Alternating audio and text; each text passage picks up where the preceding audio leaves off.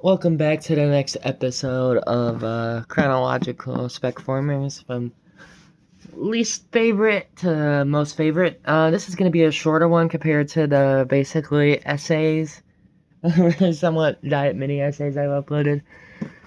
Um, this is Twincast, and who gives a shit? Rewind, I think. This is actually the cheapest deluxe class I've purchased. I'm sure a lot of people out there have seen this guy at Burlington or Ross or some discount department store. And there's kind of a reason for that. Um, this guy sucks. Just putting it blunt. It's not a very good deco of Blaster. The cassette is extremely junky and really poorly made. I don't even have his limbs. The mode for it is genuinely terrible. Can't even get him out. There. I don't know where the pieces are. It doesn't even really look like anything. I had issues getting these plastic pieces back on, so I just kind of leave them alone.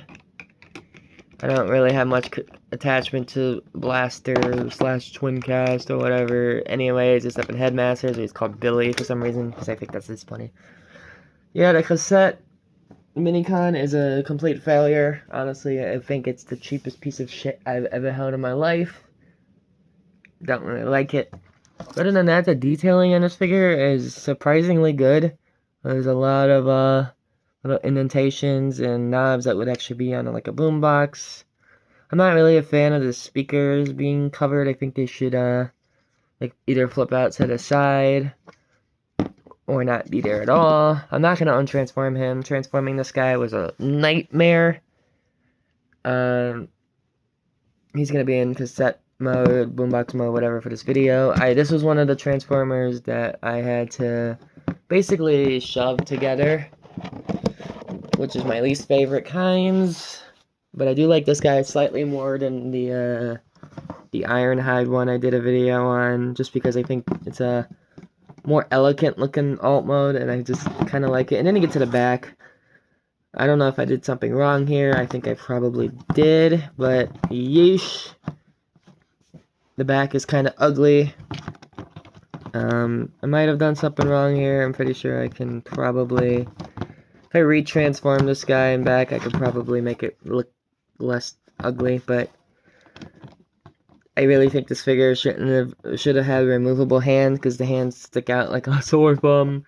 I do think that the gun spot in the middle is really funny, considering you can barely see it from the side. Some people could probably think it's like an antenna for the radio or something.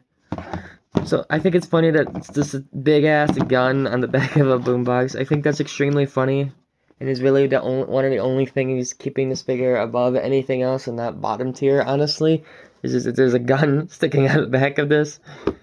I'm not going to do the robot mode because it's just Blaster. If I get a Blaster eventually, I'll just review that and probably have this in that video as well, since they're the same fucking thing.